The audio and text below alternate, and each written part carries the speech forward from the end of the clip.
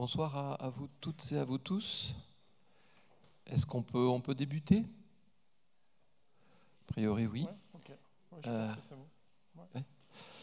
Ouais. Merci d'être là pour cet échange entre Nicolas Aiello, qui est un artiste dont vous avez probablement vu l'exposition dans la salle du jury, ici, et puis moi-même qui suis historien de l'art. Et donc on va essayer avec Nicolas de parcourir son travail, de donner des détails sur ce qu'il a pu faire ici, et puis tirer quelques fils pour peut-être mettre en perspective ce qu'il fait depuis quelques années déjà, et qui est une pratique très, très intéressante, très passionnante, qui tourne autour de la question du dessin. La première question qu'on pourrait te poser, Nicolas, en voyant l'œuvre que Nicolas a faite pour la Fondation ici, c'est-à-dire c'est une œuvre qui, on va y revenir, est vraiment in situ, elle prend place dans le lieu et réagit avec le lieu, elle a été faite pour le lieu. La première question qu'on pourrait te poser, c'est comment tu commences quand on te fait une proposition, ou non seulement comment tu commences quand on te fait une proposition, mais comment ça commence, quand ça commence. Quels sont les éléments qui font que tu sais qu'à un moment donné, il y a quelque chose comme le commencement d'un travail qui est acté. Alors, bonsoir à tous. Voilà, je voulais faire une petite parenthèse aussi pour remercier la Fondation pour l'invitation et plus particulièrement Alexandre et Natalia voilà, pour l'invitation. Voilà, par rapport à cette question, donc, il y a deux choses, je pense, par rapport à ce travail en particulier et après qui a découlé sur une exposition. Alors je me pose la question encore, est-ce que c'est une exposition, est-ce que c'est une présentation? En fait, quand Alexandre m'a proposé d'intervenir dans la bibliothèque, donc dans la bibliothèque de la Fondation, dans la salle du jury, donc il y a déjà eu une visite du lieu, et notamment donc, dans cette salle qui est une salle qui, au premier abord, est pas forcément évidente pour montrer un travail, parce qu'on n'est pas dans ce qu'on appelle entre guillemets un white cube, c'est-à-dire un espace d'exposition dédié à l'art. Donc on s'intègre. Je me suis dit que j'allais m'intégrer au lieu, et j'ai vraiment flashé, on va dire, sur cette verrière en fait, que je trouvais très intéressante en fait, parce que c'était une ouverture à la fois sur le lieu extérieur. Et voilà, alors il y a peut-être deux choses qui font que... Donc voilà, donc il y a cette vision du lieu, donc après, où est née un petit peu ma réflexion par rapport au lieu, et aussi l'envie de travailler voilà, in situ en fait. Je me suis dit que j'allais vraiment penser cette pièce comme une pièce intégrée au lieu. Alors on va revenir sur cette idée d'in situ parce que la pièce est, selon plusieurs couches, Ouais. vraiment intégrée non seulement dans le lieu, mais dans le site. Mais ce qu'on remarque tout de suite quand on voit cette image de ton travail, c'est d'abord qu'il n'y a pas de recto et de verso. Il n'y a pas de sens privilégié de regard porté sur ton œuvre. Est-ce que ça, c'est quelque chose de fréquent dans ton travail ou c'est plutôt exceptionnel? Alors en fait, donc ce travail, j'ai envie de dire non, oui et non en fait, parce qu'en fait, je me suis rendu compte en créant cette pièce donc sur la verrière, je me suis dit qu'elle serait vue de l'intérieur et de l'extérieur, et donc de là a découlé un choix d'œuvres aussi qui sont arrivées dans l'exposition, où la plupart des œuvres voilà, ont cette notion d'à l'endroit et d'à l'envers, notamment avec la présentation de plusieurs estampes, plusieurs gravures, où en fait, la gravure à l'eau forte, c'est un dessin créé à l'envers, donc, et donc la plaque s'imprime, enfin, le dessin créé à l'envers, et donc pour avoir une empreinte à l'endroit. Et donc, je ne sais pas si vous avez encore, enfin, si vous avez vu l'exposition, enfin, On pourra la visiter après. Mais la plupart des pièces jouent sur ce jeu en miroir, quoi. Voilà. Et donc c'est propre un petit peu aux pièces que j'ai présentées dans cette exposition. Il y a d'autres pièces que j'ai faites où ce jeu-là ne rentre pas, mais là, ça a été fait pour... Donc il n'y a pas de sens de lecture, peut-être parce qu'il n'y a rien à lire. Non, voilà, c'est ça. En fait, c'est une écriture qui se regarde, et voilà. Et souvent dans mon travail, ça part de l'écriture. Peut-être pour ça que je suis ici aussi, c'est que j'ai un travail de dessin lié à l'écriture. Peut-être qu'on va avoir quelques images après par rapport à la manière dont j'entrevois le dessin. Mais souvent, l'écriture se retrouve un petit peu entremêlée. Et cet entremêlement libère le mot de son sens et donne à voir des sortes de trames. Voilà, donc là, peut-être que je peux... Juste parce qu'il y a beaucoup d'informations sur cette image, et peut-être on va essayer de développer deux ou trois aspects encore contenus dans ton travail tel qu'il est photographié là. Ce qui frappe aussi, c'est qu'il semblerait qu'on ait affaire à 2 pages, puisqu'il y a les lignes, il y a la mise en page qui est celle de la page, 2 pages monumentalisées dans l'espace. Justement, quel est ton rapport au format, à l'espace graphique? Est-ce qu'au fond, même quand tu fais une œuvre comme celle-là, la page, l'éternelle page des cahiers, des carnets, n'est pas ce qui est toujours déjà présent dans tes mains, dans ton esprit, dans ton travail? Oui, c'est vrai que ce travail-là, quand j'ai vu cette forme rectangulaire, et je vais même aller plus loin, c'est-à-dire que quand j'ai vu donc la vue de la Verrière, il y avait une exposition en fait avec des manuscrits qui étaient installés à la Fondation. C'était la première fois que je venais à la Fondation. Il y avait ces manuscrits avec des flèches comme ça qui renvoyaient à des passages. Et c'est vrai que quand j'ai vu ces filins, je me suis dit tiens, ça serait intéressant d'avoir que la Verrière devienne une sorte de livre ouvert sur l'extérieur. Et donc voilà, c'est comme ça que m'est venue cette idée-là. Et c'est vrai que j'ai pensé ce travail-là comme 2 pages en fait. Donc j'ai travaillé chez moi sur une matrice qui faisait la taille d'une page A4. En gros, c'est 2 pages A4 qui ont été après monumentalisées. Et en fait, dans mon travail, il y a souvent, si on regarde mes gravures, il y a vraiment des micro-détails. Je travaille vraiment sur des choses très... je mets beaucoup... il y a ce rapport au temps aussi dans le travail où il y a vraiment chaque détail important. Et là, pareil aussi, quand on se retrouve devant la Verrière, c'est vrai qu'il y a ces petits détails aussi dans l'immensité de la pièce.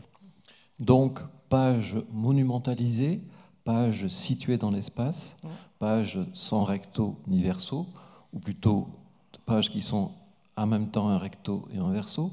Et quand on parle de pages, il y a aussi les lignes qui composent les pages. On a l'impression que ces 2 pages ont véritablement été mises en page, qu'elles ont été, à la limite, ce sera le cas, tu vas nous le dire, mais traitées avec un traitement de texte. Oui, c'est ça. Pourquoi pousser jusqu'à ce point le mimétisme avec la page? Alors déjà, peut-être je peux dire un petit peu en quoi, pour ceux qui n'ont pas vu la pièce, peut-être que je vais revenir un petit peu sur mon processus de réalisation. Donc en fait, je travaille, donc là, c'est une sorte de bloc, des blocs qui sont des pages. La page de gauche, par exemple, est créée à partir d'images faites dans la Fondation. C'est-à-dire que je marche, je fais des balades comme ça, où je prends mon téléphone portable pour prendre des images et je photographie des éléments de la Fondation, des ombres, des lignes, des fragments d'architecture que je mets à la taille d'une typographie, après d'un caractère plutôt, et que je rentre dans un logiciel de traitement de texte et je crée une sorte d'écriture, de page de marche en fait, pour créer une sorte d'écriture propre à un lieu traversé. Donc c'est le cas de la page de gauche. La page de droite est différente. On verra après des images par rapport à ça. C'est qu'une fois ici, j'ai eu envie de réaliser un carnet. Voilà, tout à l'heure, je parlais d'envie. Et je me suis dit, tiens, je vais me remettre au dessin d'observation. Alors d'une certaine manière, le carnet est dans l'exposition, où j'ai réalisé à peu près 160 dessins en fait, d'un carnet d'une manière assez rapide, presque comme un geste, en fait, une sorte d'écriture comme ça, faite à l'encre de Chine, du lieu, en fait. Et donc après, j'ai pris des images dans ce carnet, une sorte de balade dans le carnet pour recréer une page de marche, enfin une page à partir du carnet. Donc ce qui m'intéressait, c'était d'avoir ces deux écritures, même si elles sont très proches. Il y a une écriture d'un paysage traversé par la marche, prise directement avec cet appareil photo, et une traversée dans un carnet, donc c'est-à-dire dans un paysage retranscrit à travers une sensibilité, à des gestes. Quand vous regarderez le carnet, bon, il y a 160 dessins. Je ne les trouve pas tous réussis, mais ils font partie de ce programme. Donc je les présente comme ça, comme un ensemble. Il y a une petite vidéo en fait, qui tourne à côté. En fait, je trouvais intéressant, enfin voilà, c'est ma main qui fait tourner les pages du carnet. Je trouvais intéressant en fait d'avoir une autre temporalité par rapport à ces dessins et ces images. Là, c'est une temporalité dans le temps, enfin dans l'espace, pardon, avec ce programme un petit peu, cette page, alors que la vidéo voit les dessins tourner comme ça dans le temps. Et je ne sais plus la question. Donc, on pourrait dire qu'il s'agit d'une mise en page du paysage. Oui, voilà, c'est ça, tout à fait. Mise en page du paysage. Ouais. Donc, c'est une œuvre qui est doublement située. Ouais. D'abord parce qu'elle est très précisément installée, ni à l'intérieur totalement, ni à l'extérieur absolument de la Fondation. Et ce qui est installé dans cette situation d'entre-deux, c'est, comment dire, un écho du lieu, ou une appropriation visuelle et scripturaire jusqu'à un certain point du lieu. C'est ça. Et c'est vrai que bon, c'est toute une série aussi que j'ai faite à partir de marches. Tout à l'heure, je racontais à des visiteurs, enfin, j'ai réalisé toute une série à partir de... Enfin, j'ai marché dans plein d'endroits différents, c'est-à-dire que j'ai pu marcher dans des villes comme New York, Berlin, mais j'ai pu marcher aussi dans un village qui s'appelle Saint-Pierre-des-Champs. Et donc, en fait, ce qui m'intéressait à ce moment-là, c'est que la page d'écriture, écriture abstraite et inventée, qui apparaissait dans la page de New York, était plus dense que celle de Saint-Pierre-des-Champs. Et c'était dû au fait que l'architecture de New York est plus dense que celle de Saint-Pierre-des-Champs. Je suis allé au Trocadéro à Paris, j'en ai fait aussi. Moi, j'habite à Paris, donc dans mon quartier en banlieue parisienne à l'époque. Mais après, je me suis dit, tiens, je vais en faire une au Trocadéro, au pied de la Tour Eiffel. Donc, il y a vraiment différentes topologies, différentes écritures de villes. Et on peut voir aussi, enfin voilà, tout à l'heure peut-être on reviendra, mon rapport au dessin aussi a commencé par la marche. Peut-être tout à l'heure je reviendrai là-dessus. Juste pour continuer un tout petit peu sur cette œuvre, on pourrait dire que c'est une œuvre en équilibre. Ça me frappe de plus en plus quand je la vois. Un équilibre entre l'intérieur et l'extérieur, entre la transparence et l'opacité, mais aussi, et ça je crois que c'est quelque chose qui est au cœur de ton travail, entre le figuratif et l'abstrait. Puisqu'on pourrait, si on se penchait avec patience sur les lignes de ces deux pages monumentalisées, éventuellement reconnaître des moments du paysage, des moments de l'architecture, des moments du site, et en même temps, c'est pas du tout narratif, c'est tout à fait abstrait. Donc c'est aussi cet équilibre-là, je crois, qui t'intéresse. Oui, tout à fait. C'est vraiment entre... voilà, je veux vraiment qu'il y ait des petits éléments comme ça qu'on reconnaisse, mais sans que ça soit une sorte de skyline avec des images très figuratives, mais quand même, il y a des petits fragments qui indiquent le lieu. Sur la série, les pages, bon, j'en suis maintenant à 15 pages. Il y a aussi des versions page A4, pas celle-ci. Celle-ci a été faite spécialement pour la Fondation, mais j'ai une série de marches comme ça. Je me suis posé la question, est-ce qu'il fallait, par exemple, mettre sous la page New York, Paris, Saint-Pierre-des-Champs, Montreuil. Et en fait, j'ai fait le choix de ne pas mettre le nom de la ville pour justement qu'on arrive dans une sorte d'imaginaire et que notre œil en fait, s'arrête parfois sur des éléments. Je pense à la page que j'ai faite au Trocadéro. Parfois, on aperçoit la Tour Eiffel. Mais bon, ça ne saute pas aux yeux, quoi. Ce n'est pas simplement la Tour Eiffel qui apparaît, c'est vraiment des fragments. Et c'est ça qui m'intéresse, quoi. C'est que ça soit des détails qui indiquent un petit peu. Bon, juste une autre question sur cette œuvre, après on va. Mais quand on la voit comme ça, d'une manière assez naïve ou plutôt mécanique, on se dit, voilà quelqu'un qui a regardé Le Grand Vers de Duchamp, voilà quelqu'un qui a regardé La Page de Mallarmé. Ce sont des réflexes un peu téléguidés qui valent ce qu'ils valent, mais qui existent dans l'esprit du regardeur parce qu'il a un certain type d'information. Ouais. Et justement, quand tu fais ce travail-là, et au-delà de ce travail-là, dans ton œuvre en général, quels sont ces points de repère qui font que, effectivement, en tant que point de repère, ils t'incitent à travailler, ils sont dans le commencement de ton travail aussi? Alors, je connais les œuvres, le Grand Vers et Mallarmé aussi, enfin Broutars qui efface.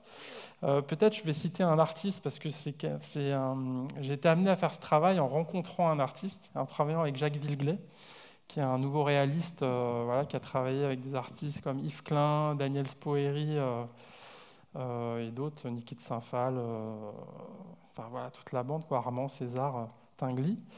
Donc j'ai eu la chance, quand j'étais plus jeune, c'est une série, enfin les pages de marche, j'ai commencé quand, je sais pas, il y a peut-être une dizaine d'années. J'ai eu la chance de faire une exposition à Rome, ma première exposition à l'étranger, où je faisais une exposition, je partageais l'exposition avec Jacques Villeglay.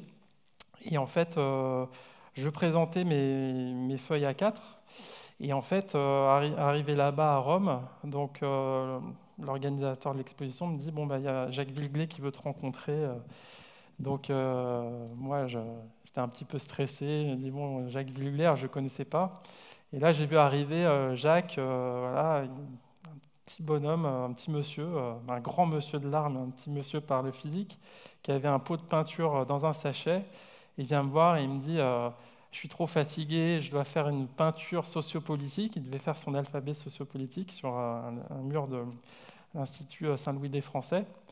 Et donc, il m'a dit qu'il avait du mal et qu'il m'a demandé, il m'a demandé de l'aider à faire son alphabet sociopolitique. Donc, je me suis retrouvé à peindre, à faire l'assistant en fait de Jacques Villeglay, donc à peindre sur ce mur. Et moi, qui faisais ces petites feuilles A4, je me suis retrouvé un petit peu à retrouver parce que j'avais aussi travaillé un petit peu avant sur le mur, à retrouver des sensations sur le mur. Donc tout ça pour dire que c'est une référence, hein, Jacques Villeglay, par rapport à, peut-être, voilà, si on va dans l'histoire de l'art. Et arrivé dans l'atelier, il y a eu j'ai peint, en fait, j'ai projeté une feuille A4 et je l'ai peint sur le mur et je ne retrouvais pas les détails justement dont on parlait tout à l'heure par la peinture. Et donc du coup, après, je suis parti sur du sticker, de la bande adhésive, où je retravaillais un petit peu, même au scalpel, retravaillais un petit peu les détails, j'ai mis des images. Voilà, et donc après, là, ce que j'expliquais tout à l'heure, c'est que pour la fondation, une nouvelle technique apparaît, c'est-à-dire et je pense que c'est une technique qui me convient très bien, c'est la sérigraphie murale, où là, c'est vraiment un travail de sérigraphie. On a travaillé avec un artisan sérigraphe, c'est-à-dire l'atelier Œil de Lynx, qui est venu de Paris en fait pour poser la sérigraphie sur la verrière. Mais pour répondre à la question, je pense que Broutars, Duchamp, bien sûr, c'est des artistes que je connais, voilà, peut-être plus Broutars dans les références directes par rapport à l'effacement, mais je pense que cet artiste, Jacques Villeglay, il a été important dans leur rapport à être sur le mur. Voilà. Et après, je me suis dit, en voyant mes pages, je me suis dit, tiens, c'est intéressant de recontextualiser des paysages traversés dans d'autres lieux, en fait. Voilà le chemin. Donc la marche est un embrayeur aussi. Ouais. C'est-à-dire que il y a un rapport physique au travail. Tout à fait, ouais. Non seulement quand tu es dans ton atelier, puisque la page, c'est l'envergure de tes bras, donc il y a physiquement une prise en charge, prise en main de la page. Hein, mais quand tu es dans le paysage, il y a aussi cette prise en compte physique, incarnée, de ce qui va t'amener à produire des images. Moi, peut-être je vais passer à une autre... Alors on va dérouler, effectivement. Voilà. Je vais peut-être parler de mon rapport au dessin. Donc, je vais revenir un petit peu sur mes études. En fait, donc, en France, au début des années 2000, donc, j'étais étudiant en art. Et dans beaucoup d'écoles d'art, On considérait que la pratique du dessin était has-been, peinture et dessin. On nous disait, bon, bah, maintenant, le dessin, il faut arrêter, il faut faire de la vidéo, de la photo. Je caricature un petit peu, mais c'était un peu vrai. Alors, bon, mes professeurs, j'ai eu des professeurs exceptionnels qui m'ont beaucoup apporté. Jean-Luc Moulin, notamment, qui était un de mes enseignants, qui m'a amené beaucoup de choses. Mais en tout cas, il y avait ce discours-là un petit peu dans l'école. Et donc moi, je me suis beaucoup tourné vers tout ce qui était de l'ordre de l'espace urbain, de l'espace public, en faisant des interventions dans l'espace public. Et en fait, parallèlement à ça, je récoltais des mots dans la ville. Donc là, on voit mes carnets de croquis. Donc est-ce que c'est du dessin? Est-ce que c'est de l'écriture? Donc en tout cas, ce que je me disais, c'était que je trace une ligne par mon corps lorsque je me balade dans la ville. Et ces mots relevés, des publicités, des noms de rues, des graffitis, sont des points sur cette ligne. Et donc on voit sur cette page de droite ou alors des conversations que j'ai recopiées, des mots. Et là, c'est des compositions après de dessins. Et donc les premiers dessins que j'ai réalisés, c'était ça. Donc on voit vraiment les mots apparents, où les mots sont retranscrits sur le dessin de droite, de haut en bas, comme une page. Et celui de gauche, en fait, où j'enregistrais ma déambulation, comme avec un GPS, où je tourne en rond, là. Et donc j'enregistre le mouvement de mon corps et en retranscrivant les mots enregistrés lors de ma marche. Donc ça s'appelait Paysage. Donc, alors il y a eu souvent dans mon travail, là ça devient compliqué parce que plus le temps avance, en fait il y a des séries avec, là ça s'appelle Paysage, il y a le dessin 9 et 4, et en fait il y a les listes s'allongent, quoi. Mais là, est-ce que ce sont des dessins à lire? Est-ce que ce qui est écrit correspond à une narration possible et possiblement décryptable ou pas? Ce qui semble évident, c'est que tu commences par le constat qu'il y a du dessin dans l'écriture. Voilà, c'est ça. Et là, oui, l'idée, là, alors, bon, je parle technique aussi, c'est vrai que tout mon rapport à l'écriture, là, c'est des dessins de 2007, a évolué avec le temps. Là, si vous voyez les gravures qui sont dans l'exposition, il y a vraiment un autre rapport avec le texte, on n'arrive vraiment plus à lire. Là, c'était vraiment la retranscription des carnets dans une page, en fait. C'était prendre ce qu'il y avait dans l'espace que je parcourais et le retranscrire dans une feuille. Donc, comme le dessin de droite, de haut en bas, comme un texte, quoi. Et donc, on arrive à lire. Là, je pense que vous arrivez presque à lire des mots. Là, donc, il y avait le dessin enfin, il y avait le trajet du corps dans l'espace, quoi, qui faisait partie aussi du travail. À chaque fois, il y avait une sorte de règle du jeu qui changeait à partir de chaque dessin. Mais après, donc ça s'est un peu complexifié, c'est-à-dire que j'ai affiné mes outils. Là, les dessins qu'on a vus avant, donc là, on est 10 ans après. Les dessins qu'il y avait avant en 2007, c'était stylo encre ou stylo bic. Là, c'est plutôt à partir je travaille avec un Rotring, qui est un stylo d'architecte très très fin, donc avec une mine 1 mm, où c'est vraiment donc là, on peut lire, mais vraiment c'est écrit en minuscule, quoi. Voilà, souvent on me parle de Robert Walser. C'est vraiment aussi un auteur qui m'a marqué par rapport à ça. Et là, en fait, donc avant, je recopiais les mots pris lors de marche. Après, je me suis dit, tiens, c'est intéressant ce qui se passe dans ma boîte aux lettres. Plutôt que de marcher dans la ville, il y a des choses qui arrivent à moi dans ma boîte aux lettres, ou alors dans les journaux. Et alors là, ce dessin s'appelle Le Monde, le 5 mai 2017, double page. Donc j'ai entrepris de retranscrire Le Monde du 5 mai 2017 sur un format de double page. Et donc en fait, ce qui m'intéressait là, c'est une question très simple en fait. C'est tout à l'heure j'en parlais aussi. L'étymologie du mot texte et du mot tissu est la même. Et donc c'était de créer une sorte de trame à partir de mots. du premier mot pris dans ce journal au dernier. Donc, il y a des informations, il y a la publicité, il y a les codes aussi, la cote du journal. Et tout ça pris dans la taille d'un journal. Alors là, on voit pas bien sur l'image, mais on devine presque non, on voit pas sur l'image là. Mais en fait, je suis pas allé au bout de la double page, donc il y a une zone aussi blanche qui apparaît à la fin. Là, on a vraiment l'impression d'une dentelle de signes Ouais, c'est ça. qui devient une dentelle de traces, c'est-à-dire Ouais. le signe est perdu de vue et c'est la Ouais. trace qui prend le dessus. C'est ça, ouais. Pour moi, voilà, on en avait discuté. C'est vraiment ce rapport un petit peu à regarder un texte plus que le lire. Je ne pense pas que ça soit intéressant de relire Le Monde le 5 mai 2017, mais de le voir, je pense qu'il y a comme ça une sorte de vertige de l'information qui correspond aussi au temps. Parce que là, on n'a peut-être pas encore parlé, mais il y a la question du temps qui est importante dans ma pratique.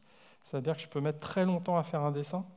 Il y a un dessin que j'ai mis un an à faire, et des dessins, voilà, je suis vraiment toujours sur des séries très lentes, une lenteur de travail, mais qui fait partie de la pratique, en fait, de ma pratique, qui n'est pas présent dans tous mes travaux, heureusement, mais mon travail à l'atelier, souvent, on m'appelle le moine copiste, en souriant un petit peu. Il y a un rapport un peu comme ça, où je retranscris un peu des pages de textes. Alors souvent, je choisis aussi des textes. Ça, c'était un choix, mais j'ai un petit peu, dernièrement, je suis sorti un peu de ma ligne. C'est-à-dire que souvent, je prends des journaux quotidiens pour ne pas être dans la référence un petit peu.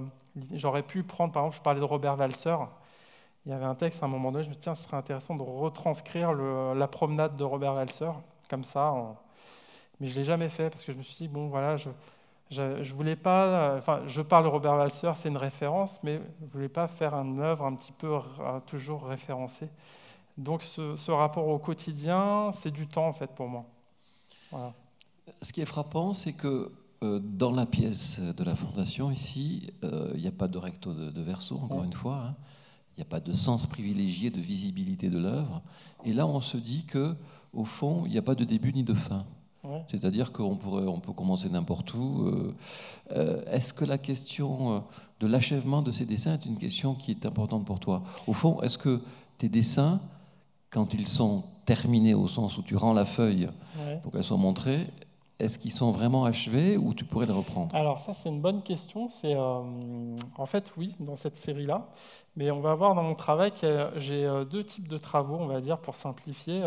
Peut-être des dessins protocolaires qui sont présents là dans l'exposition, vraiment avec une sorte de règle du jeu, où là, pour moi, l'important, c'était de tout recopier, tout le journal. Et promis à tout le journal de recopier. Voilà, et donc il y a une fin parce qu'en fait, on voit, je me suis arrêté au moment où j'ai fini de recopier. Donc on voit, il y a une zone blanche, une marge blanche, et je ne suis pas allé au bout du format, je n'ai pas complété. Voilà.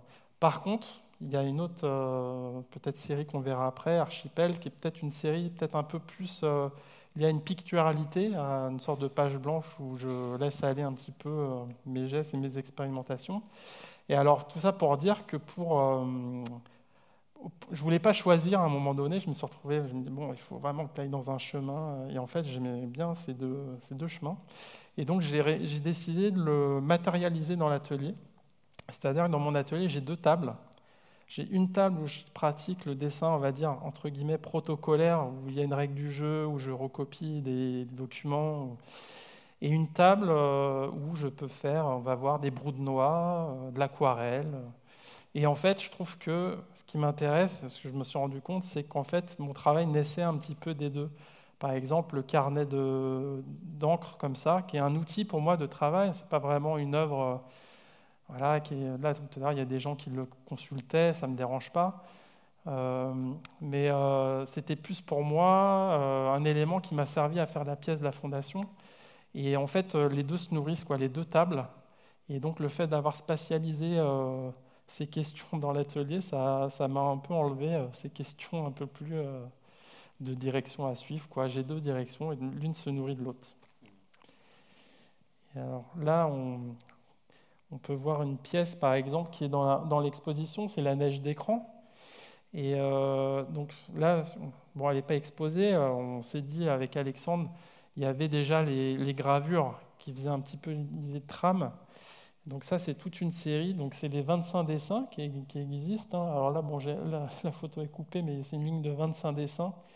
Et en fait, dans La Neige d'écran, qui est le film qui est dans l'exposition, chaque seconde voit les 25 dessins défiler dans un ordre différent. Donc c'est une sorte de boucle comme ça qui fait 3 minutes. Et chaque seconde, il y a un ordre différent des 25 dessins qui sont là. Et c'est des dessins que j'ai réalisés à Berlin quand j'étais en résidence. Enfin, j'étais pas en résidence, ma femme était en résidence, voilà, donc je l'ai suivie. Et donc en fait, je parle pas la langue allemande. Et donc j'ai retranscrit voilà, les informations. Alors là, peut-être par rapport au dessin qu'on a vu au début, là, cette période-là, 2009, je me disais, ce qui est intéressant, c'est de recopier les mots, mais de les entremêler tous. Là, je ne m'intéressais plus du tout à ce qu'on lise le mot. Et donc, en fait, les mots entremêlés, je les mettais l'un sur l'autre. Et en fait, ça devenait une suite de boucles. Et ce qui me plaisait, c'était que le fait que le mot se libère un peu de son sens, qu'on n'arrive plus à lire, que c'est vraiment que des boucles et des griffonnages. Et donc, du coup, ça crée de la trame. Et après, en voyant ça, je me suis dit, tiens, on a l'impression d'une neige d'écran. Et donc, en fait, parallèlement à ça, je t'expliquais aussi ça tout à l'heure, je vois une exposition rétrospective de Paul Klee là-bas. Je vois les compositions de Paul Klee avec ses compositions de carrés là, dans le rythme, dans l'espace. Et moi, j'ai l'idée de faire une neige d'écran avec une composition, mais dans le temps. Donc, Paul Klee, lui, c'était dans l'espace. Je me suis dit, tiens, ça serait intéressant de faire dans le temps. Et donc, c'est une neige d'écran avec tous ces dessins qui défilent. Donc, on ne peut pas les voir, hein. Les 25 dessins nous apparaissent en 1 seconde, mais dans un ordre différent. Donc, ça crée un petit peu des entremêlements. Et en fait, donc, tout à l'heure, on parlait de picturalité, tout ça. Et donc là, c'est un dessin protocolaire quand même. J'en ai fait 25 pour faire 1 seconde égale 25 dessins. Et en fait, il y a une tâche qui a été faite accidentellement et que je l'ai gardée. Alors, j'en ai fait 26 dessins parce que je me suis dit jusqu'au dernier moment, bon, est-ce que je la garde, est-ce que je la garde pas? Et finalement, elle est dans le film. Et je trouvais qu'elle est intéressante, cette tâche, parce qu'en fait, c'est un repère pour qu'on voit que la boucle, c'est pas juste les 25 dessins qui passent comme ça, qui auraient fait quelque chose de juste machine. Enfin, je trouvais qu'il fallait que ça vive un petit peu, que cette vibration, elle vive. Et cette tâche, elle nous permet d'avoir de voir que c'est pas juste les 25 dessins qui reviennent pendant 1 seconde, quoi. Voilà. Là, au tout début, tu parlais de texture, hein, du tissu, mais quand on regarde ces dessins, on a l'impression que c'est aussi du tissage possible. Ah oui. C'est dans le lien avec le texte tissu est vraiment dans le travail, dans le processus du travail. C'est-à-dire que, encore une fois, ce qui est très intéressant, c'est que c'est pas une approche illustrative de la question du tissu dans le dessin, c'est une approche processuelle. C'est-à-dire que c'est l'effectuation du dessin qui amène à des effets comme ça. Ouais. Et ça, c'est venu. Alors, c'est marrant. En fait, j'avais un atelier à Montreuil, donc dans un quartier populaire, et en fait, j'ouvre mon atelier un jour, c'est les portes ouvertes des ateliers. Il y a une dame qui vient comme ça, je me rappelle, elle avait un petit chien comme ça, elle regarde mon travail, elle me regarde, elle me fait finalement, vous faites la même chose que moi, vous faites du tricot. Et en fait, cette phrase, elle m'est restée, et c'est de là en fait que j'ai eu l'idée de texture, de texte et de tissu en fait. C'est venu vraiment de cette idée-là, très simple en fait, hein, de faire du tissu avec des mots. Et en fait, la pièce de la fondation, la série des pages de marche, c'est venu aussi d'une idée simple, c'est que je me suis dit, tiens, tu fais des images avec des mots, pourquoi tu ne ferais pas des mots avec des images, des écritures avec des images? Ça rappelle un auteur que tu as dans la bibliothèque que tu as aménagée dans l'exposition, Tim Ingold, un anthropologue anglais très important, qui a fait une brève histoire des lignes, et qui montre que les premières lignes, ce sont des fils, voire des cordes qu'on tend dans l'espace. Et l'origine de la ligne, elle vient vraiment du fil, de la corde. Tu revisites cet ancrage historique avec tes propres outils. Oui, c'est une super référence. Ça, c'est vrai que j'en ai pas parlé aussi, mais la bibliographie, en fait, quand Alexandre et Natalia m'ont invité à montrer mon travail ici, je me suis dit, bon, tu vas intervenir dans une bibliothèque, et en fait, je me suis pris au jeu, en fait, de faire une bibliographie qui est dans le petit livret que vous pourrez avoir dans l'exposition. Et il y a des livres qui sont à disposition dans l'exposition. Et c'est des livres, alors j'ai dû sûrement, ce qu'on disait avec Alexandre, c'est que j'ai dû en oublier, je l'ai fait vraiment de tête comme ça, essayer de voir un peu tous les livres qui m'ont en partie nourri, voilà. Et donc c'était un jeu amusant, quoi. Et Tim Ingold, oui, il est dedans.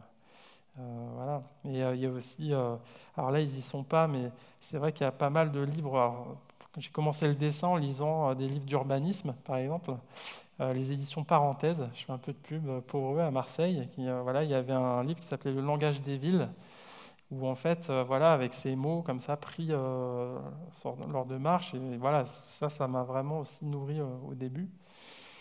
Et voilà. Donc là, en fait, j'ai mis un autre dessin. Alors, tout à l'heure, on voyait vraiment des dessins très formés, de gauche à droite, dans une écriture très liée à la page. Là, j'ai fait aussi, à chaque fois, je peux aussi changer un peu les règles du jeu. Là, je suis parti du point central. Donc, j'ai recopié le Canard enchaîné du 8 février 2017, où je pars du point central et je recopie l'intégralité du journal. Et en fait, ce qui je trouve intéressant avec cette forme-là, ce point central, c'est que certains, et on peut voir ça dans la gravure, certains y voient une sorte de couloir où on peut tomber, et d'autres y voient une explosion. Et j'aime bien ce rapport comme ça, voilà, très, ouais, entre deux manières d'entrevoir le dessin, quoi. Alors tu disais que certains dessins prennent du temps, non? Donc c'est vraiment des objets temporels, hein, Ouais. et que dans ton atelier, il y a 2 espaces d'exécution. Est-ce que tu as un emploi du temps un peu particulier? C'est-à-dire, voilà, est-ce que le matin tu fais ceci? Est-ce que le soir tu fais cela? Est-ce que le temps qui est stocké dans tes œuvres est aussi un temps que tu organises d'une manière très précise dans le cadre du travail? Alors, je l'organise, je vais sortir un peu du romantisme de l'artiste, mais par rapport à un emploi du temps lié aux enfants amenés à l'école, il y a vraiment ce rapport-là. Après, je travaille souvent, je travaille 6 à 7 heures de dessin par jour, mais vraiment tête baissée à dessiner. J'ai essayé d'aller plus loin que 6-7 heures, mais c'est des dessins qui demandent beaucoup de concentration. Et au-delà de 6-7 heures, je me suis rendu compte que, en fait, après, je faisais n'importe quoi. Donc, c'était pas la peine de continuer. Donc, en fait, c'est vraiment rythmé par ce temps de 6-7 heures. Mais c'est une question importante pour moi, c'est-à-dire que je me suis rendu compte, je la posais beaucoup aux artistes. Par exemple, je me rappelle d'avoir Tania Moreau qui est venue voir mon travail à l'atelier, lui demander, mais Tania, toi, tu travailles combien de temps? C'est des questions souvent, je me demande, est-ce que je travaille assez? Est-ce que je travaille pas assez? Et en fait, bon, là, Tania m'a dit, oh, moi, je fais la sieste l'après-midi. Donc, ça me rassurait. Tu sais ce que disait Georges Bataille, hein? Georges Bataille disait, toute question, au fond, est une question d'emploi du temps. Ouais. Hein. Et on disait de Marcel Duchamp, qui est une de tes références, probablement, que sa plus belle œuvre, c'était son emploi du temps. Ouais, donc, l'emploi du temps, c'est vraiment une question essentielle. Mais ce qui est aussi essentiel, et là tu l'as dit, c'est que quand on dessine 6-7 heures d'affilée, qu'on ait pratiquement le nez sur la feuille, on ne voit rien. Ouais. Hein. Et que dans ton travail, la question de l'aveuglement est tout à fait fondatrice. Est-ce que tu pourrais un peu parler de ça? Oui, alors, par exemple, dans l'exposition, vous verrez, il y a une pierre, alors peut-être je reviendrai après là-dessus. Hop. Il y a une pierre sur laquelle est écrit le mot écart. Et alors, comment est partie cette œuvre? Donc, c'est ma première et seule sculpture pour l'instant.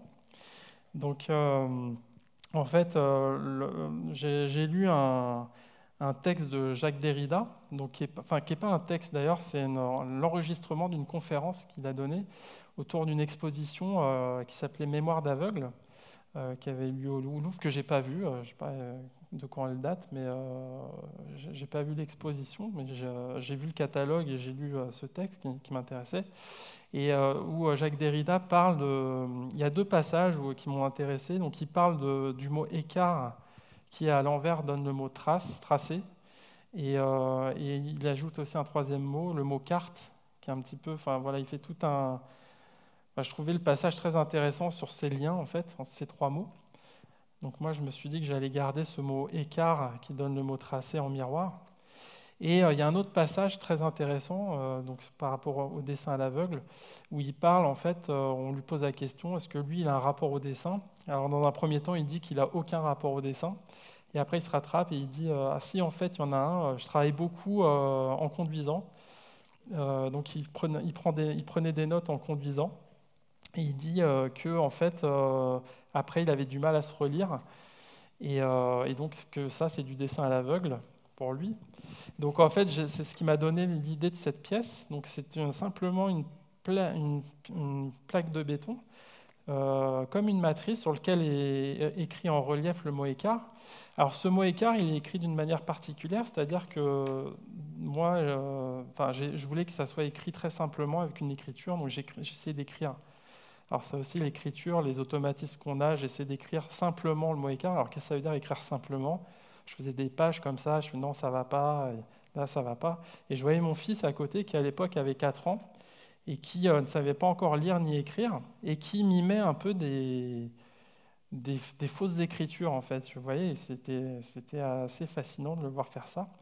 Et donc là, j'ai eu un tilt, je lui ai dit, bon, bah voilà, je lui ai donné un exemple, le modèle du mot écart, et je lui ai demandé de me recopier ce mot écart. Et donc, lui a recopié le mot écart, mais par le biais du dessin, parce qu'il n'avait pas encore appris à écrire, donc il n'était pas façonné comme on peut tous l'être par l'écriture, par l'apprentissage de l'écriture. Et donc, il y a vraiment ce rapport au dessin, enfin, oui, enfin voilà, la lettre dessinée. Et donc, pour en revenir au dessin à l'aveugle, donc ce mot est écrit en relief et je demande aux gens, d'ailleurs, il y en a qui l'ont pratiqué tout à l'heure, et on va peut-être le repratiquer après. C'est-à-dire que c'est une sculpture qui est interactive, c'est-à-dire que le spectateur est invité à placer une feuille sur la plaque et à retrouver les lettres comme ça, le dessin donc, qui est sur la plaque, pour en faire une estampe. Et après, l'estampe est offerte aux visiteurs. Et en fait, d'un côté, il y a cette estampe, ce gaufrage qui est le mot écart, et de l'autre, le mot tracé. Enfin, à l'envers, c'est le mot tracé. Et donc, il y a tout un rapport. Alors, il y a d'autres pièces qui ne sont pas dans l'exposition. J'ai fait une vidéo aussi où j'ai tenté de révéler le dessin effacé de Rauschenberg, de Kooning par Rauschenberg, voilà, qui est aussi un dessin à l'aveugle. Je suis parti de traces laissées par Rauschenberg pour essayer de retrouver le dessin de Kooning, qui est une vidéo. Voilà, je me suis rendu compte qu'il y a plein de pièces comme ça. Il y a une odeur, j'ai exposé une odeur aussi, une pièce olfactive. Et au début, c'était une vidéo. Et en fait, au dernier moment, je me suis dit, tiens, je vais enlever les images, je vais juste laisser l'odeur. Comme ça, l'image va être mentale et chacun va se faire sa propre image. Donc, oui, il y a cette idée d'effacement. Mais c'est vrai que je n'avais pas pensé au fait d'être tout le temps le nez sur la feuille qui m'amène un petit peu à pas voir grand-chose. C'est-à-dire que tu passes ton temps à ne pas voir le dessin. Voilà, c'est ça. Et à la fin, il y a le dessin qui apparaît. Ouais, c'est ça. Mais juste une chose, parce que le fait de faire intervenir ton fils dans ton travail, c'est un geste aussi dont on pourrait dire que c'est pour toi la tentative de toucher du doigt l'enfance de l'art. Mais il y a d'autres artistes, je te dis ça parce que ça me frappe en t'écoutant et en regardant à nouveau ce travail, qui ont fait des dessins avec leurs enfants. Boetti, par exemple, ou Denis Oppenheim. Oui, voilà, c'est ça. Denis Oppenheim a fait une série extraordinaire avec le dos. Donc, il y a aussi cette dimension-là de ton travail qui a des échos avant toi, mais que tu reprends d'une autre manière. Oppenheim, c'était un dessin. Son fils lui dessine dans le dos. Oui, alors je ne l'ai pas mis dans ma bibliographie, c'est un des artistes que j'ai oublié, mais donc il dessine. Enfin, son fils lui dessine un dessin dans le dos et lui redessine sur une feuille le dessin que son fils lui dessine dans le dos. Voilà, et c'est une vidéo. Oui, c'est une vidéo, voilà. C'est une œuvre extraordinaire. C'est un très beau travail, Et parce que c'est pas si fréquent de faire intervenir des enfants dans le travail. C'est quand même une décision très singulière. Moi, c'est vrai que alors j'ai eu 2 ateliers. Le premier atelier, tout à l'heure, je parlais de l'atelier à Montreuil. C'était un atelier qui était dissocié de mon appartement. Où en fait, c'est vrai que les enfants venaient pas beaucoup. C'était vraiment l'espace sanctifié de l'artiste dans son espace de travail. Et là, en fait, j'ai eu la chance d'avoir un atelier logement à Paris qui est un atelier qui est vraiment dans l'appartement. Enfin, dans l'appartement. C'est un duplex, en fait. Donc, il y a l'appartement, hop, on monte les escaliers, il y a l'atelier. Et au début, je me suis dit, mince, comment je vais faire? Ça va être compliqué. Enfin, voilà, et en fait, c'est devenu un espace de vie qui est là, hein. Les enfants viennent à l'atelier. Ma fille, elle vient chanter dans l'atelier, des fois. Et en fait, je trouve ça super parce qu'en fait, c'est moins sanctuarisé. Et il y a de la vie, quoi. Et en fait, par exemple, j'ai une aquarelle voilà, là, on va peut-être le voir après. Ou je peux vous la montrer maintenant. Je sais pas si on a le... On va reprendre le Ouais. déroulé, hein? Ouais, tu veux qu'on reprenne le déroulé? Oui, Allez. on va être hors temps, mais c'est pas grave. Ouais. Je sais pas si... Alors, ou peut-être je peux revenir sur les pages. Tout à l'heure, je parlais des pages de marche, là, les RTF, les petits feuilles A4. Bah, voilà, les voilà. Donc ça, c'est la première... je dis la première version, mais c'est une version que j'aime bien aussi en feuille A4, comme ça, d'accumuler des pages. Il y en a qui font des carnets de voyage. Moi, je fais des pages de marche où, en fait, je vais dans des lieux et voilà, je fais des pages. Voilà. Ça, Et c'est aussi une dimension du travail graphique de manière générale, parce que peut-être que plus que pour la peinture ou pour la sculpture, le dessin ne peut vraiment exister que aussi dans une dimension cumulative. ouais. C'est-à-dire que quelqu'un qui aurait fait un seul dessin dans sa vie n'est pas du tout un dessinateur. Ouais. Pour faire des dessins, il faut en avoir fait plusieurs et voir les accumuler, hein. Et là, on voit cette dimension aussi cumulative dans ton travail. Et alors, c'est une bonne question aussi, parce que je me pose la question, je n'ai pas la réponse, mais vu que j'utilise l'appareil photo, alors est-ce que c'est du dessin ou pas, ce rapport parce que j'utilise un appareil, enfin, c'est mon téléphone portable, et en plus de ça, je suis attaché à mon téléphone portable qui est d'une ancienne génération, parce que ça aplatit un peu l'image, du coup, ça ne fait pas trop de détails, justement, on parlait de ça. Alors, est-ce que je me pose encore la question, est-ce que c'est du dessin? Est-ce que c'est de la photographie? Est-ce que c'est un peu des deux? Je pense que c'est un peu des deux, mais du coup... C'est pas du dessin, puisque ce n'est pas la technique du voilà, dessin, mais c'est graphique. Oui. De toute évidence, tout est graphique dans ton travail, oui. y compris quand tu prends des photos. Ouais. Tu ne prends pas des photos en photographe, Non, tu prends des photos en oui. dessinateur.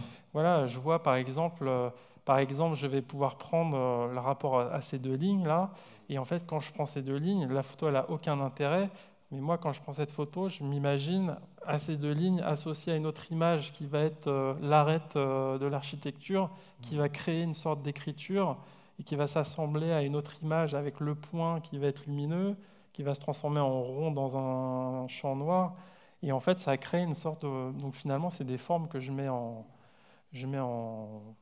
les unes à la suite des autres, quoi.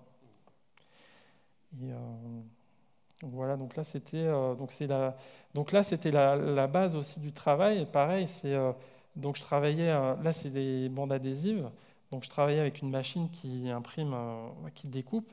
Mais bon, il y avait tellement de détails dans les images qu'après je revenais un petit peu avec mon scalpel pour vraiment avoir un côté dentelle. Ce que j'ai maintenant avec la sérigraphie, sans avoir à faire tout ça. Donc là, c'était différentes compositions murales comme ça que j'ai pu faire. Ça, c'est au Musée des Arts Décoratifs, où ça rentre un petit peu comme la commande de la Fondation Jean Michalski, où en fait le musée m'a demandé de faire une pièce in situ pour le lieu. Et donc, c'est à partir de marches faites dans les collections du musée. Donc, c'est une bâche qui est dans la collection de la Bibliothèque nationale maintenant. À côté des frères Bourlec. Voilà, à côté des frères Bourlec, et au-dessus. Voilà. Voilà, donc là je reviens, oui, donc au carnet avec oui, donc ça on a vu. Alors bon, j'ai mis, il y a 3 feuilles. Alors on a l'impression que c'est des feuilles blanches posées sur la table. Si vous vous approchez, vous verrez qu'il y a des petits gaufrages donc, qui renvoient un petit peu à écart tracé, et aussi à la pièce in situ. Voilà, c'est des pages comme ça de marche qui s'effacent. Enfin, il y en a 3. La dernière est très effacée. Et voilà, ça renvoie un peu au braille aussi, à la trace dans la... Alors ça, on va pas trop poser de questions pendant l'exposition, mais je vais y revenir. C'est que c'est un travail pareil d'impression, donc c'est une lettre de motivation. Je cherchais du travail à l'époque d'enseignant en école d'art. Je suis enseignant maintenant, mais à l'époque, voilà, et donc c'était une lettre de motivation qui avait été recrachée par mon imprimante jet d'encre, comme quand vous n'avez pas de cartouche d'encre. Et donc je trouvais que c'était intéressant ce texte un petit peu mangé. Et donc parallèlement à ça, donc j'ai rehaussé. Alors là, c'est pareil. Alors je parle encore d'une technique, mais je me suis dit tiens, je voulais tester la plume, donc toujours sur ma table expérimentation. Donc j'ai rehaussé les 3 pages de ma lettre de motivation par du dessin, voilà, à l'encre, quoi. Voilà, c'est une sorte d'improvisation, sans qu'il y ait de protocole cette fois-ci, et donc qui a donné naissance à toute une série après de dessins qui ont été exposés cette année à la Galerie C à Neuchâtel, qui est ma galerie en fait en Suisse, dans l'exposition Chamboulement. Et alors donc ça c'est une des dernières séries. Alors je pense, je voulais la montrer parce elle n'est pas dans l'exposition, mais la question que je me pose, donc là c'est sur ma table dessin expérimental, on va dire, mais quand même il y a une sorte de protocole, c'est-à-dire que ces dessins ils commencent par une ligne que je trace, et après je trace une deuxième ligne où je trace très légèrement, donc il y a des petits manques, il y a des petites réserves. Je trace une deuxième ligne où je suis la réserve, je trace la troisième ligne, la centième ligne, la millième ligne, et ça crée des sortes de paysages d'érosion comme ça. Et alors je me pose la question, est-ce que c'est de l'écriture ou pas? Parce qu'il y a quand même des lignes avec une suite de points, de lignes. Et alors ça paraît, je ne sais pas si c'est lié ou pas, mais je sais qu'il y a une expo Irma Blanc au MAMCO. Et moi, Irma Blanc, c'est une artiste que j'ai découvert il y a quelques années. Tout à l'heure, j'ai montré une pièce que j'avais faite à l'Arco à Madrid. Et j'avais découvert son travail il y a une dizaine d'années. Elle était dans une galerie italienne, je ne sais plus comment elle s'appelle la galerie. Et donc j'étais resté tellement longtemps sur le stand que le galeriste m'avait offert un catalogue d'Irma Blanc. Et voilà. Et en fait, c'est vrai que c'était en voyant les dessins d'Irma Blanc que j'ai aussi. Enfin, ouais, c'est une référence par rapport à ce travail où Irma Blanc, c'est une artiste qui dessine, écrit à partir de points, de lignes. Et là, c'est vraiment des lignes qui sont commencées. Voilà, c'est des lignes qui se suivent, quoi. Donc il y en a plusieurs. Je vous montre quelques-uns. Alors, dans ces derniers dessins, on voit aussi un autre fil, pour le coup, Ouais. qu'on pourrait tirer dans ton travail. C'est le fait que, d'un côté, il y a une horreur du vide, hein, Ouais. saturation de la page. Ça, ouais. Et d'un autre côté, et c'est le cas de la pièce qui est montrée ici, l'œuvre s'appuie sur le blanc ou sur le vide. C'est ça, ouais. Oui, là, les vides, les blancs apparaissent dans le travail. Voilà, donc c'est vrai qu'il y a des zones blanches. Je ne suis pas tenté de tout recouvrir, comme par rapport à d'autres dessins qu'on a pu voir. Et alors là, c'est encore sur une technique très au rotring, au stylo. Et alors là, apparaît aussi dans mon travail le brou de noix, qui est de la couleur. Alors je fais une petite blague, mais ma mère souvent me dit « Mais tes dessins, ils sont tout le temps noir et blanc, mais de la couleur. » Et j'avais jamais su comment amener la couleur dans mon travail. Mais là, je suis content, c'est mon premier dessin en couleur. Donc le brou de noix. Et pourquoi alors le brou de noix m'intéresse? C'est-à-dire que, en fait, donc je vous ai dit tout à l'heure que je travaille très lentement, donc il y a le rapport au temps. Et quand le brou de noix sèche, bah, la teinte devient plus foncée. Donc pareil, alors toujours avec cette idée de... Donc là, c'est avec un pinceau, mon premier dessin au pinceau, avec un poil en poil de martre, donc un poil très dur, où je trace une ligne. On voit les premières lignes, c'est vraiment sur la gauche. Et après, en fait, ce que j'ai pas dit, c'est que les plis apparaissent avec les rencontres. Parfois, je suis les rencontres, donc ça crée des sortes de pliures. Et alors, les différentes teintes viennent en fonction du temps. C'est-à-dire que quand c'est l'après-midi, tout à l'heure on parlait de l'emploi du temps, quand c'est vers 16 heures, c'est plus foncé, et quand c'est le matin, c'est plus clair. Voilà. Et donc, ça joue là-dessus, et je trouve ça intéressant, en fait, de construire un dessin et une teinte par rapport au temps. Et la question du temps, elle est importante dans mon travail, et là, enfin, dans toutes, hein, je pense qu'elle est présente, mais là aussi, et par la couleur. Et alors là, c'est un deuxième. Voilà, donc par contre, ça, c'est des très grands formats. enfin très grand. Pour moi, c'est très grand. Celui-là, il doit faire, je sais pas, 1,50 m sur, enfin, ou 2 mètres sur 1,10 m, un truc comme ça. Voilà, donc ça, c'est sur la table de travail. Alors là, c'est l'aquarelle dont je parlais tout à l'heure avec Adrien, mon fils, et ma fille, Mathilde, que vous avez peut-être croisée. Voilà, et donc là, mercredi après-midi, parfois je garde mes enfants. Je me dis que j'en profite pour tester des choses que je fais jamais, donc de l'aquarelle par exemple. Donc là, on était tous les trois assis autour de la table avec l'aquarelle. Donc on voit que j'ai commencé, enfin on ne voit pas, mais je vous le dis, en haut à gauche, à tester des choses. Et celui-là, je me dis, tiens, c'est intéressant ça. Alors je l'ai laissé de côté pour le retravailler après à l'atelier. Et après, j'ai retravaillé un petit peu la technique que je pouvais avoir avec le broue-de-noix, mais à partir de l'aquarelle. Et par contre, là, j'ai travaillé à la plume. Et je trouvais, voilà, donc c'est une piste, ça, c'est un des premiers, enfin voilà, et donc ça a nourri un petit peu avec d'autres projets, notamment liés à l'archive. Ça, j'ai pas mis, mais enfin si j'ai mis. Ouais. On va peut-être laisser le pas temps de maintenant oui. Aux personnes qui souhaiteraient réagir, poser des questions, de les poser ces questions. Faites-moi signe et je vous donnerai le micro si vous voulez poser des questions. Ah, il est là-bas le micro aussi. Alexandre, d'accord.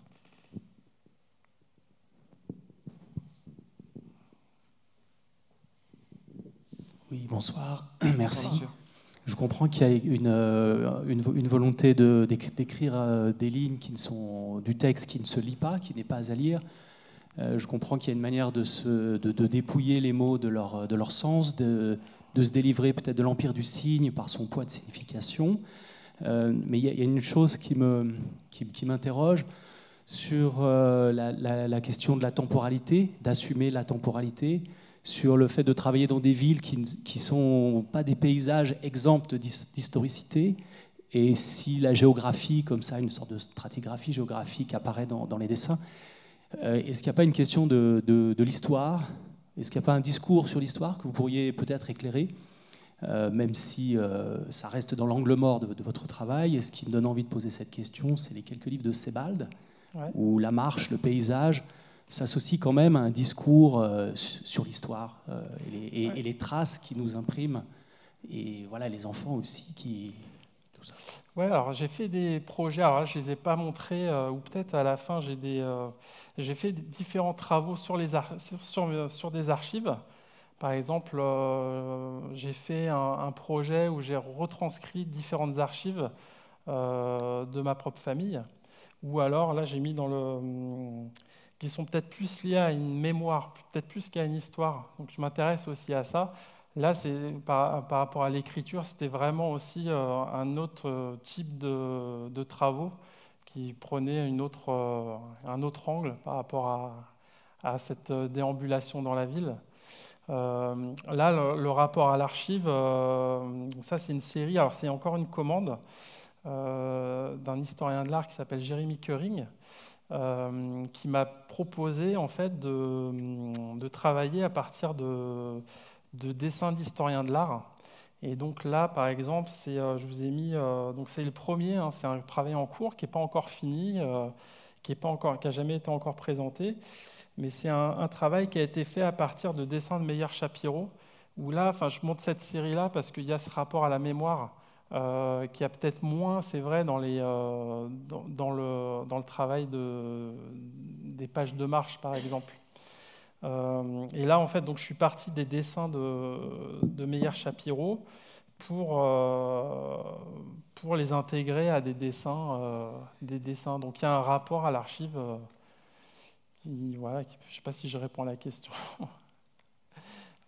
Mais il y a aussi, comment dire, là on a vu des travaux qui sont d'une certaine dimension, mais il y a aussi un intérêt pour les éphéméras, les choses qui sont, par exemple, les prospectus, c'est-à-dire des documents écrits qui circulent dans la ville, et qui sont aussi une façon d'être dans l'histoire politique du moment. Je pense à ce que tu as pu faire à partir de ce qu'a écrit Georges Pulitzer. Ouais, voilà, là, dernièrement, alors il y a 3 semaines, d'ailleurs, ils seront à la bibliothèque. Peut-être il y a deux éditions. Là, il y a 3 semaines, j'ai fait un travail où on m'a invité justement à travailler à partir de la mémoire d'un lieu. Voilà, le lieu où j'habite et je travaille dans le 12e arrondissement à Paris. Et en fait, donc on habite un immeuble qui date de 1932. Et en 1940, donc moi j'ai voulu travailler justement sur la mémoire du lieu. Et en 1940, je me suis rendu compte qu'il y avait un couple, donc Georges Politzer et Maï Politzer, qui avaient imprimé des tracts clandestins dans cet appartement.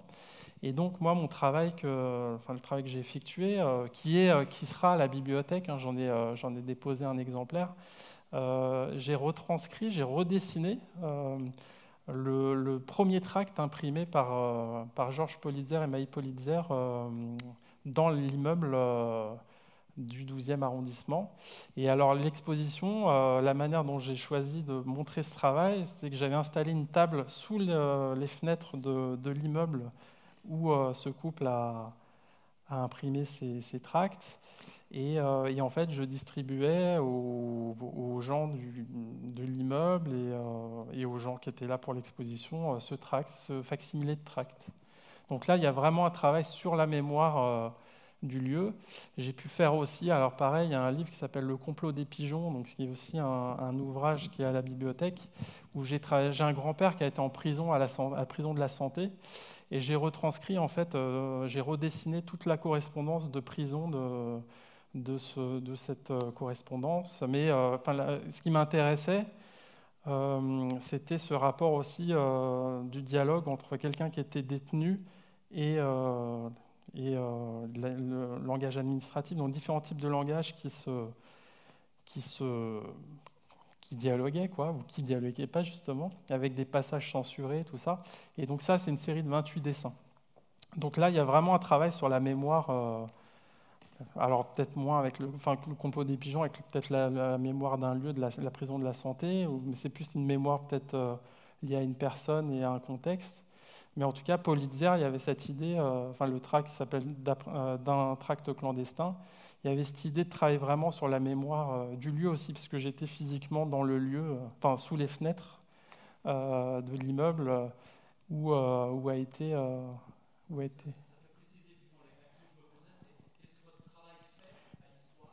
Ouais. Ouais.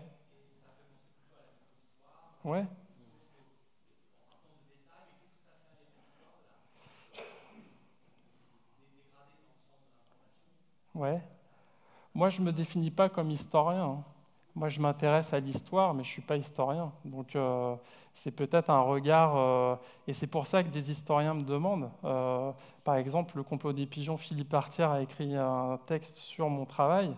Ce qu'il me disait, c'est toi, tu as de la chance. J'ai cette chance-là, c'est de pouvoir avoir un regard, entre guillemets, sensible et personnel sur cette histoire-là.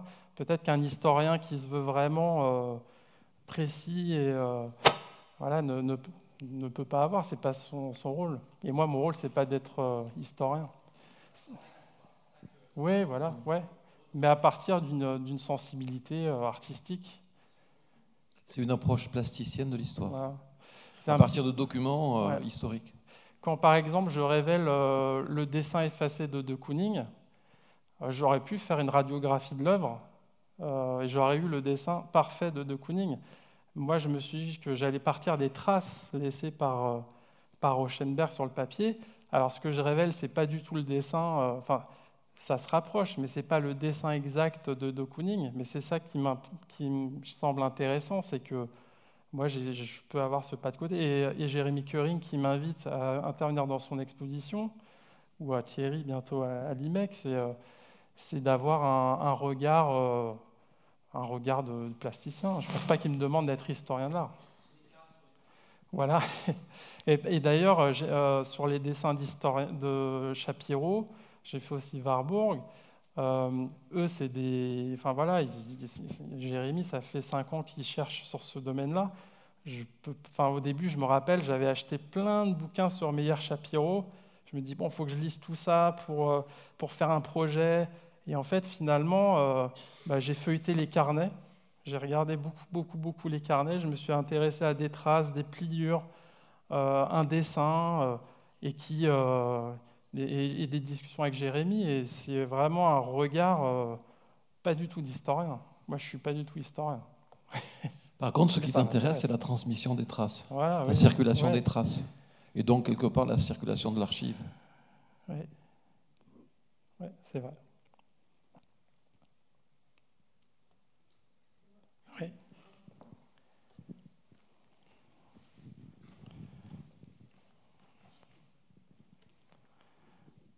Quand vous choisissez de retranscrire 2 pages, enfin Le Monde, Ouais. d'une certaine date, est-ce qu'il y a une raison particulière Non. à ce choix? Non. Ou c'est pur... Ouais, c'est quand je commence, par exemple, le 9 avril 2013, c'était le début de ma résidence. C'est-à-dire que je ne voulais pas justement faire le numéro du 25 décembre ou la date de mon anniversaire. Je voulais vraiment que ça soit une date. Voilà, le début de ma résidence correspond au 9 avril. Donc au début de ma résidence, je suis allé acheter mes journaux au kiosque et j'ai commencé à recopier. Donc il n'y a pas de... Voilà, pour moi, c'est du temps, en fait, cette actualité. Il y a juste, là, je parlais du travail avec les historiens de l'art. J'ai recopié quand même un texte que je n'ai pas mis là dans le... J'ai recopié le fragment d'une expression de Aby Warburg. Et pourquoi je l'ai recopié, lui? C'est qu'en étudiant justement tous les textes, bon, alors, de Aby Warburg, moi, je connaissais l'Atlas, c'est un historien de l'art qui a travaillé beaucoup avec des associations d'images, d'idées. Donc, c'est des schémas. Beaucoup d'artistes ont travaillé dessus. Et en fait, quand je me suis intéressé au fragment d'une expression, là, je me suis rendu compte que c'est des fiches, en fait, qui ont été recopiées par lui et sa femme, qui étaient artistes, où sa femme recopiait ses écrits. Et je me suis dit, finalement, je fais presque la même chose qu'eux, mais avec justement pas un point de vue d'historien, mais un point de vue plasticien. Et donc, en fait, j'ai entrepris de recopier en suivant en fait la taille des fiches de Warburg, et j'ai retranscrit tout le texte. Voilà.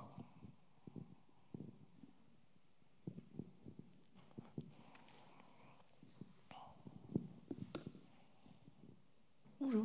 Bonjour. Alors, ma question, ça concerne surtout la nature des documents que vous recopiez, un peu dans la même veine que celle-là. Vous avez parlé de coupures de journaux, de prospectus, même de conversations que vous entendez. Est-ce que vous faites exprès d'éviter la littérature, ou est-ce que c'est plus agréable pour vous de recopier des... Ouais, je fais exprès. Tout à l'heure, je parlais de envie. Par exemple, souvent, on m'a dit « Ah, ça serait super !» Et j'ai eu l'idée, par exemple, de faire correspondre une lettre à une image et de retranscrire un Robert Walser, faire une fresque avec, une composition avec chaque lettre qui correspondait.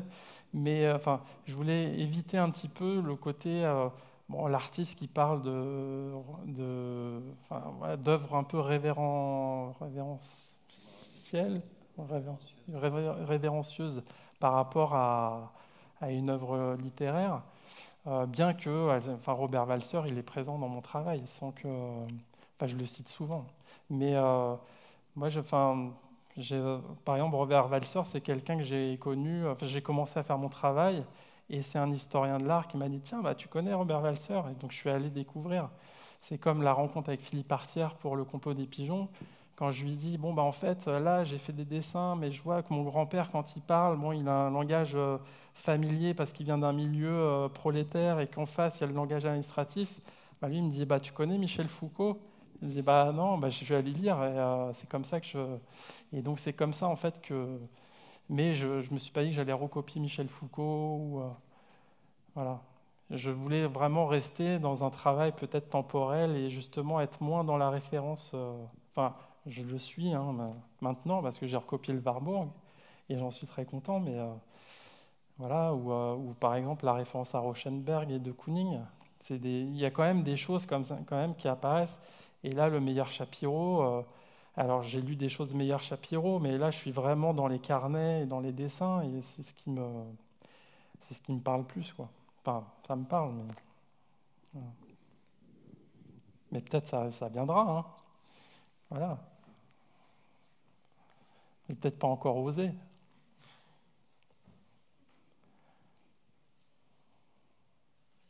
est-ce qu'on se dit à tout de suite dans l'exposition? Ouais, alors pour ceux qui n'ont pas encore d'estampe, parce que vous pouvez repartir avec une estampe, écart tracé, je ne sais pas si... voilà, donc on peut se donner rendez-vous dans l'exposition et vous pouvez repartir comme ça avec une estampe numérotée signée. Voilà. Merci pour votre présence Merci. et pour votre attention. Merci.